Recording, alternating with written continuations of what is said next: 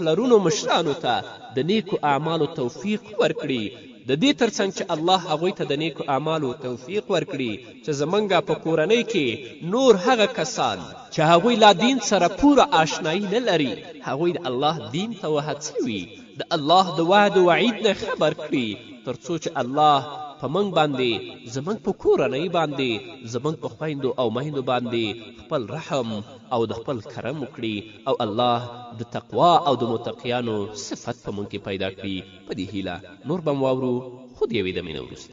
خدای ته ډېر علي د روژت د خولې عطرونه بوی، خدای ته ډېر علي د روژت د خولې عطرونه بوی، څومره ښه ګڼې بله نور له عبادت وي، پوسې مؤمنانو مرتبې ملا اوچتوي، ښکلې رحمتونه د روژې له برکت وي، پوسې مؤمنانو مرتبې ملا اوچتوي. قدرمنو اوریدونکو بیا هم زموږ سلامونه او نیکې هیلې ومنئ.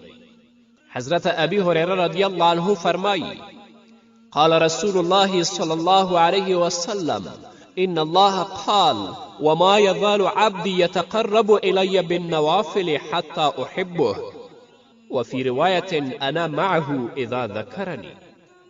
رسول الله صلی الله علیه وسلم فرمایی چې الله رب العزت فرمایلی بنده تل د نوافلو په ادا کولو ماته ځان را نږدې کوي تر دې چې زه د هغه سره مینه کوم. او په بل حدیث کې رسول الله صلی الله علیه وسلم نه روایت دی فرمایی انا معه اذا ذکرنی، الله وایي زه د هغه سره یم کله چې ما یادوي.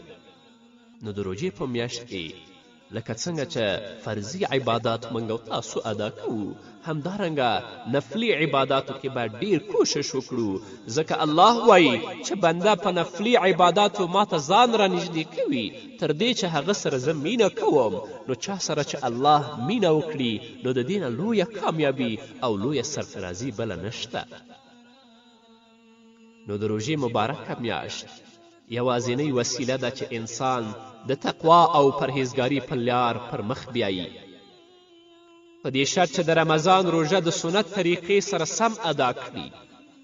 په دې صورت کې به د مسلمان په وړاندې د تقوا او پرهیزګاري ټولې لارې خلاصې او برسیره شي او د دې آثارو ته به یې په زړه کې ځای ورکړي او د روژې په پای کې به د مؤمن زړه د تقوا او یقین په نور باندې ډک او روښانه شي. د روژې له سنتو څخه پیشنمای او سحري ده. دا هغه خوراک دی چې د شپې له نیمایي څخه وروسته تر سبا راختلو پورې خوړل کیږي، چې د دې په باره کې رسول الله صلی الله علیه وسلم فرمایلی تسحروا فإن في السحور برکه. رسول الله وایي تاسې سحري او پیشنمای کوئ ځکه په سحري کې برکت دی. مؤمن د پیشنمي د خوړلو لپاره د سهار څخه مخکې بیدار وي، ویښ وي او د